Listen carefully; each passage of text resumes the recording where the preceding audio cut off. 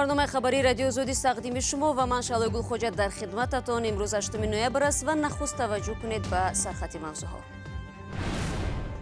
تلاش فرار در شورش زندان شهر خوجند دست کم 22 نفر کشته شد. کمیسیون مخصوص به تحقیق پرداخت. شاهدان حادثه را به یاد می‌آورند. تیرپرانی شدگی بود که خلاپشکب صدادگی سیگم با آچریت شد، автоматный آچریت. سانی من میلیتری زنگ زدم. دادستان کل آمریکا با درخواست رئیس جمهوری استعفا داد. دونالد ترامپ بارها درباره اشتباهی بودن انتخاب جف سیشنز به این مقام تاکید کرده بود. حالا فرصت است، بعداً دیر می شود. مقامات تاجیک به پیروان سلفیت در خارج کشور وعده دادند که اگر پشیمان شوند آنها را عفو می کنند. در شورش شب گذشته در زندان شهر خوجند دست کم 22 نفر به هلاکت رسیده است. تا حال مرگ 2 زندانبان تصدیق شده است. به گفته بعضی از منابع در بین زندانی ها و ناظران محبس تعداد زخمی زیاد است. از جمله 6 زندانبان زخمی به بیمارستان شهر خوجند انتقال یافتند.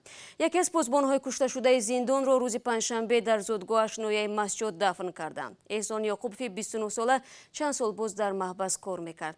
در مراسم جنازه احسان یعقوبی یک مسئول زندان خوجند گفته است که گروهی از زندانیان قصد فرار داشتند. معصوم محمد رجب از خوجند گزارش می‌دهد. ساکنان محله‌های نوبنیاد 14 و 15 شهر خوجند محلی جایگیرشوی محبس رقم 3 محبسی که در اینجا شورش سر زد میگویند که شنیدن صدای تیرپرانی در محبس و صدای بلند غلاغوله زندانیان آنها را خیلی سخت به اضطراب آورد. ساعتی دهنده آمداست که من آوازی آدم آوای شد. من گفتم اینجا یکان توی معرکه شده سو بچه ها برفته سیگم. سانی تیرپرانی شد. تیرپرانی شدگی بود که خلاپشکب صدادگی سیگم با آچریت شد، автоматный آچریت. سانی من میلیتری زنگ زدم.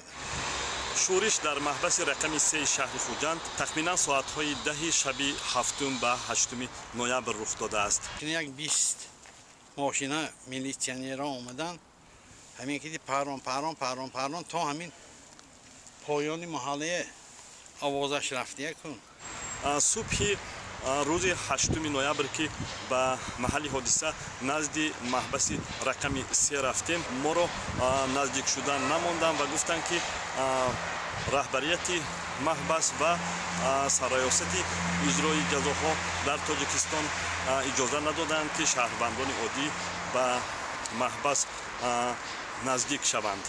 ساکنان طلب کردند که همین محبس خانه از اینجا بردارند، چون که اینجا اهالی ها آمده که چیز زیست که داشتن. همون به همه میخواهد که 3 سال پیش هم همین خیلی حادثه شدگی بود. من بعد 3 سال من با همین حادثه روی داد. آدم ها همه از فرزنداش خواتیر، از همه خواتیر. از شب 7 نوامبر تا حاضر نیمروز 8 نوامبر در محل حادثه و راه‌هایی که به زندان رقم 3 میبرد پاسبان‌های زیاد گذاشته شده است. به هر حال بعد یک روز به نظر میرسد که وضع در اطراف محل حادثه عادی شده است. سحر شد، سحر برآمده بینم همه جا تینج و تینجی شد. گفته ماهنام خاطرام جمع شد. یک سیتات تأسیس داده شده است و به آن نمایندگان مقامات شاملند و سبب‌های سر زدن این شورش و خساراتی که گفته می شود در نتیجه این خسارات جانی که این شورش در پی گذاشته است حالا مورد آموزش قرار دارد. بیننده ارجمند، این خبر در حال تحول است و ممکن است جزئیات دیگری آن از جمله سبب‌های سر زدن آشوب در داخل زندان در جریان روز معلوم شود و این تفصیلات را میتوانید در وبسایت رادیو زودی در نشانی azodi.org پیدا کنید. دادستان کل آمریکا با سپردن استعفانامه به دونالد ترامپ مقامش را ترک کرد. دونالد ترامپ در گذشته بارها جف سیشنز را تنقید کرده است و اسم دادستانی موقتی آمریکا را هم اعلان نمود. طاهر سفر تفصیلات می‌دهد. جف سشن دادستان کل آمریکا با درخواست رئیس جمهور استعفا داد. او که یکی از طرفداران صادق دونالد ترامپ بود، به سبب تحقیق ارتباط احتمالی شریکان رئیس جمهور با روسیه از نظر او افتاد. دونالد ترامپ روز چهارشنبه به سشن برای خدمت‌هایش تشکر گفت. مناسبت ترامپ بعدیان با سشن بد شد که دادستان کل گفت خود را از تحقیق قضیه احتمالی همکاری‌های ستاد انتخاباتی ترامپ با روسیه کنار می‌گیرد. دونالد ترامپ گفت میتی وایتکر دادستانی موقتی خواهد بود. او قبلا در CNN گفته است که تحقیق رابرت میولر از مرزها گذشته است. با رفتن جف سشن دادستانی آینده حق دارد تحقیق قضیه روسیه را مستقیم نظارت کند یا حتی تفتیش رابرت میولر درباره عملکردهای شریکان ترامپ و خود او را قطع نماید. طایر سفر گزارش میداد و یک خبر دیگری که چند لحظه پیش از آمریکا رسید این است که در نتیجه تیراندازی یک فرد مسلح به رستورانی در ایالت فلوریدا 13 نفر از جمله یک افسر پلیس و خود تیرانداز کشته شدند. حادثه شام 7 نوامبر و تقریبا 50 کیلومتر دورتر از شهر لس آنجلس رخ داده است. ما برمیگردیم به موضوع تاجیکستان. مقامات تاجیکستان از والدان افرادی که با جرم پیوستن به حرکت ممنوع سلفی ایبدار شده عین زمان در خارج پناه میبرند دعوت کردند فرزندانشان را به وطن برگردانند. طبق وعده مقامات در صورت صدقاً پشیمان شدن از کردار خود این جوانان طبق بند ویژه و اعضای مخصوص کودکس جنایی پروندهشان قطع و خودشان عفو میشوند. همکارم عبدالله شوروف این موضوع را تحقیق کرد. عبدالله سلام، نخست بگو که مقامات درباره راه‌های بازگرداندن و عفو افراد متهم به سلفیگری چی میگویند؟ سلام شالا. مقامات میگویند دعوت آنها جدی است و ساکنان با استفاده از این فرصت میتوانند خود را از جوابگری آزاد کرده به خاطر جمع زندگی کنند. مقامات میگویند از اول سال 10 نفر به دعوت آنها به وطن بازگشتند و پس از اظهار پشیمانی عفو شده عین حال به زندگی آسایشته ادامه میدهند. دولت تاجیکستان سال 2014 به کودکس جنایتی تغییرات وارد کرد که بر اساس آن افرادی که در عضویت به سازمان‌های افراطی گمان برند در صورت اقرار شدن و اظهار پشیمانی کردن عفو میشوند. مقامات امور داخلی تا حال 10 گزارش نشر کرد که گفته می شود جنگجویان پشیمان شده گروه دولت اسلامی و یا اعضای حزب ممنوع نهضت اسلامی را عفو کرده است. اما عبدالله، والدان و پیوندان دعوت مقامات را چگونه پذیرفتند؟ آیا باوری دارند یا نه؟ اکثریت شهلا از این دعوت مقامات استقبال میکنند، اما در بازگشت فرزندانشان بعضی ها دودیله هستند. هنگام تهیه گزارش من حداقل با 5 نفر از والدان صحبت کردم که مقامات با آنها گفتگو و تشویق کردند فرزندانشان را بازگردانند و در صورت اظهار پشیمانی عفو میشوند. والدان به بازگشت فرزندانشان راضی هستند، اما نه همه به پورا عفو شدن آنها باور دارند. گروه دیگری والدان میگویند فرزندانشان که عین حال در روسیه و یا اوکراین و ترکیه زندگی میکنند یگانه نانآور آنها هستند و اگر آنها کارشان را رها کرده به تاجیکستان آیند آنها بے پول میمانند. برای مثال عبدالملک عثمانوف ساکنی ناحیه اشت و معلم سابقه دار گفت 2 سال قبل مقامات فرزند کلانیش را با جرم سلفیگرایی به 4 سال زندان محکوم کردند. اکنون پسر خورده‌اش را هم به سلفیگرایی متهم میکنند. حالا مقامات او را تشویق دارند که پسرش را از روسیه فراخواند، اما میگوید اگر این پسرش هم به تاجیکستان آید او و همسر پیرش و 10 نبیره‌اش را کی میخوراند؟ بله، تشکر عبدالله برای صحبت. یادآور میشوم جریان سلفیه که فعالیتش از سال 2009 در تاجیکستان ممنوع است، 10 نفر نیز با گناه پیروی به این جریان دینی در تاجیکستان به زندان محکوم شدند. شما برنامه خبری رادیو آزادی را تماشا دارید. عبدالعزیز رجبوف جوانگرد توجیک که نیم ماه پیش در داغستان بود و به ورزشکار معروف حبیب نور محمد فتاقی و جام هدیه کرد، چند روز پیش به پایتخت چخ رسید. او تا حال به 50 کشور جهان سفر کرده است. توجی پیاده در دفتر مرکزی رادیو آزادی هم بود و به شادمانی یتیم درباره سفرهایش نقل کرد. عبدالعزیز رجبوف سیاح تاجیک که با نام حاجی پیاده معروف است امسال به سمت کشورهای اروپایی سفر داشت. عبدالعزیز رجبوف اکثر کشورها را پیاده طی می‌کند. سفر امسالش در اروپا به سردی هوا راست آمده است، از این رو بیشتر از نقلیات هم استفاده می‌کند. در راه سفر به کشورهای اروپایی حاجی عبدالعزیز در شهر پراگ پایتخت جمهوری چخ مهمان رادیوی آزادی شد. در عصرهای پیش یک چند سالهای پیش بابا و بابا کلان ما پیاده аспаки штурқати борои абрешимӣ сафари ҳаҷ мекарданд. Ман ҳамчун варзишгар ҳамчун варзишгари бознишаст нафақахӯр теорӣ медиҳам ки корро чӣ хел кунем ки ҳамин такрор кунем. пас аз чандин солҳои теорӣ дуру дароз ин корро ба анҷом расид. ин тақрибан чанд сол пеш буд?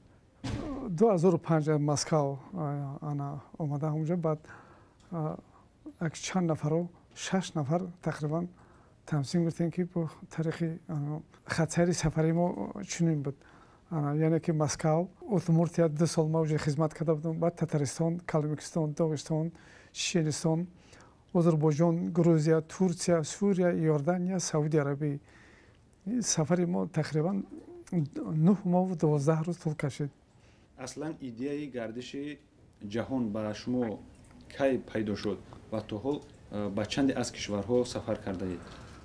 аммо аз даврои аз солҳои пеш аз 2005 яъне ки чӣ сар шуд чанди ҳозир кишварҳое ки номбар кардам аллаке гуфтам ку Россия, Чечения, Доғистон, Озарбойҷон, Грузия, Турсия, Сурия, Иордания, Саудия Арабия, баъдан Тоҷикистон, Афғонистон, Ҷумҳурии Исломии Эрон, Эморат Арабӣ, Дубай, Саудия Арабия. ин 6 моҳ буд. сафари сеюм 2013 Тоҷикистон, Афғонистон, Покистон, Ҳиндистон, Шри-Ланка, Саранди, Коломбо, яъне ки қадамгоҳи ҳазрати Одам алайҳиссалом, баъдан Саудия Арабия. барномаро идома медиҳем. ҳукумати Тоҷикистон ба баррасии парлумон тарҳи санадеро фиристодааст ки ҷазоро барои таҷовуз ба номус сахттар мекунад.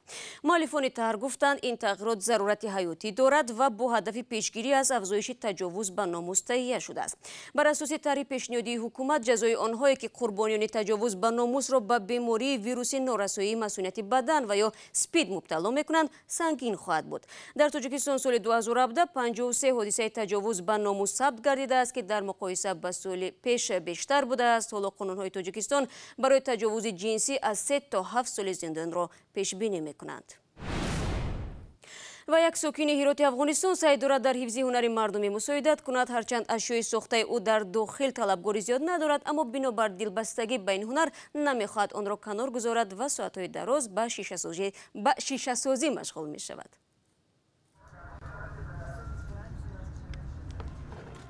ин ҳунари афғонҳо ба тадриҷ аз байн меравад. ғулом сахӣ яке аз шишасозони ангуштшумори Ҳирот аст. аз 7 солагиаш ба ин ҳунар машғул буд. شاید 200 سال از وقت از اونا بشمی که برای ما خوش با ما رسیده. دیگه پدر کلان ما بوده و پدر کلان از اونا بوده و پدر ما بوده. باز خوش با ما مونده ای کس. هنمیته دیگه اما لکن جریان داره شاید به بچه ما بمونه شاید به نوسا ما بمونه. شهر باستانی هرات در راه ابریشم جایگیر بود. تاریخ و هنر مردمی آن مورد توجه سیاحان خارجی است. لیکن از ترس جنگ و ناآرامی در افغانستان به اینجا کم می آیند. با کسی شیشه نمی رسید از بحث توریست می آمد. هر روز 300 نفر 90 نفر توریست به هرات می آمد. اما برای فعلا من یک روز که کار میکنم میسازم 100 دنیا 120 دنیا به یک ماه 120 دنیا کسی نیه که بخره. ساکنان اشیای شیشگی دستساخت را زیاد نمیخرند. آنها اکثرا محصولات وارداتی را استفاده میکنند چون ارزان هستند. پارسال ما هفته 2 روز کار میکردیم، امسال هفته 1 روز کار میکنه. چند سال پیش 5 کوره کار میکرد، حالا 1 کوره کار میکنه. چرا؟ از بین رفتن از این اگه دولت همکاری نکنه و یک هماهنگی نکنه خود ما چرا این 2 نفر به خلق زنده باشن شاید از بین بره. این گزارشی آخری برنامه بود. با خبرهای بیشتر شما میتوانید در وبسایت ما www.azadi.org آشنا شوید. صفحه های ما در شبکه‌های اجتماعی هم فعال هستند. نواره‌های ویدیویی رادیو آزادی را میتوانید از صفحه ویژه آزادی ویدیو در یوتیوب بینندگان عزیز تماشا کنید و به این کانال ابونه شوید. فردا ما برای شما نخست نوید بامدادی را با خبرهای تازه تقدیم میکنیم. تا دیدار فردا، خدا نگهدار هر یک شما.